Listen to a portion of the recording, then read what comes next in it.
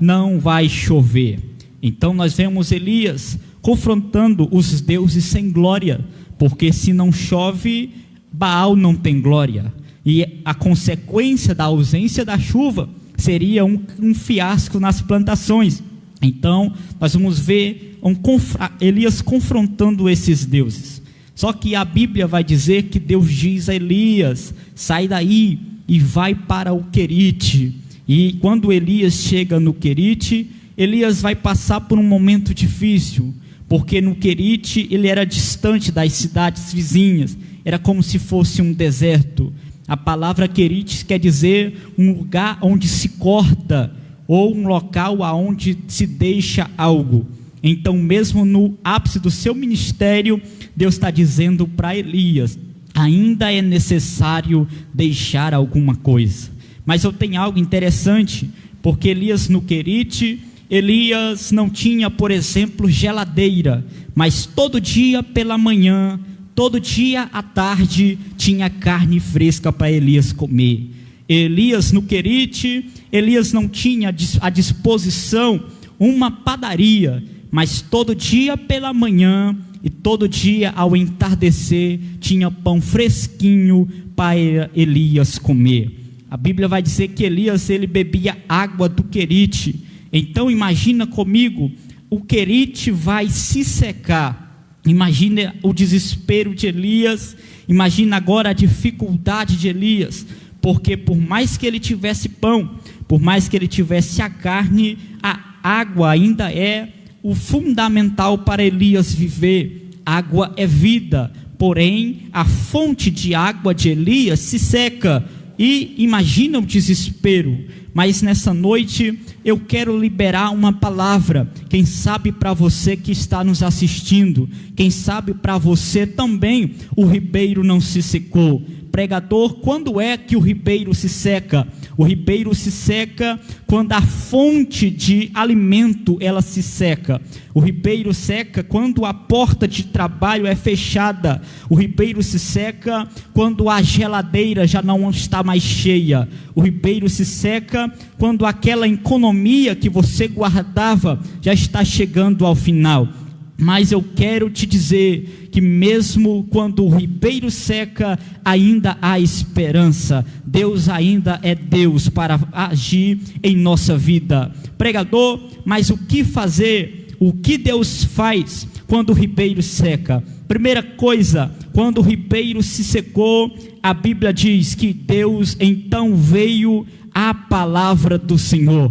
Quando o ribeiro se seca, Deus sempre tem uma palavra para nossas vidas. Quando a dificuldade chega, Deus sempre tem uma palavra. E nessa noite não é diferente. Deus tem uma palavra para a sua vida. Deus tem uma palavra para a sua casa. Deus tem uma palavra para a sua família. E a palavra de Deus é descansa. A palavra de Deus é calma. A palavra de Deus é vai passar. A palavra de Deus é fica tranquilo que eu ainda estou no controle. Ei, irmãos, a palavra de Deus é a maior fonte de milagre. Vocês pensam que o que curou Naamã foi o Jordão? Foi nada. Naamã só deu 7 voltas, 7 mergulhos. Teve gente que deu 8, teve gente que deu 9, teve gente que banhou de lá para cá, e não aconteceu nada, porque o que gerava o milagre não foi o Jordão, foi a palavra de Deus.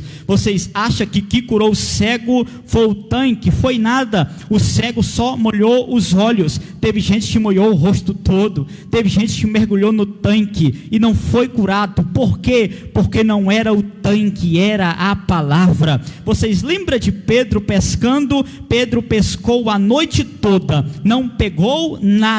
Há quem diga que Pedro só jogou do lado esquerdo, mas na verdade não é uma verdade. Pedro tinha experiência. Imagina Pedro, um pescador experiente, pescando a noite toda e só jogando a rede de um lado, não dá certo. E Pedro provavelmente jogou para frente, jogou para trás, para a direita, para a esquerda, mas não pegou nada. nada, mas o sol da justiça brilha na praia e diz, e lança a palavra para Pedro, lança a rede à direita. Imagina Pedro olhando para um lado e falou, peraí, eu tenho a rede, mas eu não tinha uma palavra. Eu tinha o barco, mas eu não tinha uma palavra. Eu tinha a experiência, mas eu não tinha uma palavra. Agora não, sobre a tua palavra eu lançarei a minha rede. E a Bíblia diz que Pedro pescou 144 grandes peixes, porque o segredo é a palavra de Deus. O segredo do milagre é uma palavra. E nessa noite Deus tem uma palavra para a tua casa. Descansa, acalme-se, Deus está no controle. Mas a Bíblia diz que quando o ribeiro seca, a Bíblia diz que Deus diz, dispõe-te e vai a Sarepta. Quando o ribeiro seca, em segundo lugar, Deus sempre vai ter uma direção. Eu quero profetizar para você aí na sua casa, em meio a essa crise, Deus te dará uma direção. Em meio a essa dificuldade, Deus vai te dar uma direção. A Bíblia diz no livro de Isaías, no capítulo 48, no versículo 17, na parte B, sou eu, o Senhor teu Deus, que te conduz pelo caminho que deves viver. Deus vai te dar uma direção. Deus vai te dar uma direção. Deus pode até não ter te livrado da crise, mas em meio a esta crise, Deus vai te mostrar o caminho que você deve percorrer. Deus vai te mostrar o caminho que você deve andar. Deus vai te mostrar o caminho que você deve fazer. Deus vai te mostrar o que você deve falar. Deus vai te mostrar por onde você tem que passar. Amém. Mas o texto também diz que quando o ribeiro seca, o texto diz, vai a Sarepta, que pertence a Sidom, demora-te ali, onde já ordenei. Aqui o texto não diz onde vou ordenar. Deus está dizendo para Elias, eu já ordenei, a palavra de ordem já foi liberada. Ei, e quando o ribeiro seca, no meio do desespero de Elias, Deus está dizendo para Elias, não se desespera Elias, porque antes que o ribeiro secasse, eu já tinha ordenado alguém para te ajudar. Ei, sabe o que Deus está dizendo para você? Não se desespere porque o ribeiro secou. Ei, a palavra de ordem já foi liberada. Deus vai te dar uma direção. Deus vai te dar algo. Deus vai te ajudar.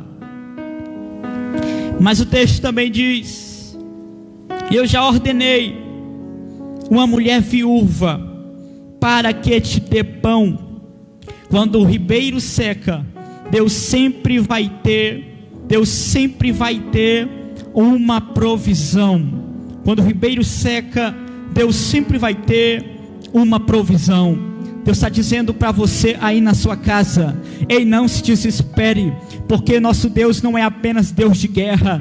Nosso Deus não é apenas um Deus que cura. Nosso Deus não é apenas um Deus de batalha. Nosso Deus também é Jeová Jiré. É o Deus provedor. É o Deus que não deixa faltar. É o Deus que cuida. Porque Elias agora está do lado do Querite, mas Deus está dizendo, eu já ordenei alguém para te ajudar. Sabe o que Deus está dizendo para você e na sua casa? Eu vou levantar pessoas em meio a esta crise, em meio a essa dificuldade, para te ajudar, para ir na sua casa, para te dar pão, para te dar água, para te dar alimento, para te dar sustento. Em meio à crise, Deus vai te abençoar. Em meio às dificuldades, Deus vai te abençoar. Ei, a bênção das nossas vidas, ela não vem do homem, ela vai vir de Deus. Tem bênçãos que Deus faz na vida através de homens,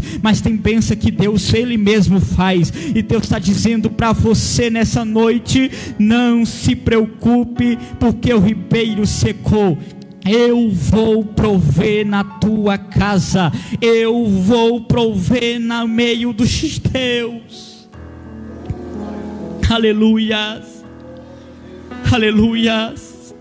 Não se desespere, porque estamos vivendo em tempos difíceis. Mas eu quero dizer para você que em meio à crise, Deus não nos abandona. Quando Elias estava diante do profeta profetizando, e a palavra foi liberada para Elias dizendo: saia, não era saia daí. Deus falou para o profeta: saia daqui. Ou seja, quando o profeta estava no ápice do seu ministério profetizando, Deus estava com ele. Mas não vai ser agora que Deus vai abandonar. E Deus está dizendo: tudo que você fez na minha casa não foi em vão. Não é agora que eu vou te deixar, não é agora que eu vou te abandonar. E Deus está dizendo para você: em meio à crise eu tenho provisão para a tua casa. Em meio à crise eu tenho uma obra ainda para fazer. Eu vou tratar com os teus, eu vou cuidar da tua casa, vou levantar pessoas para te abençoar.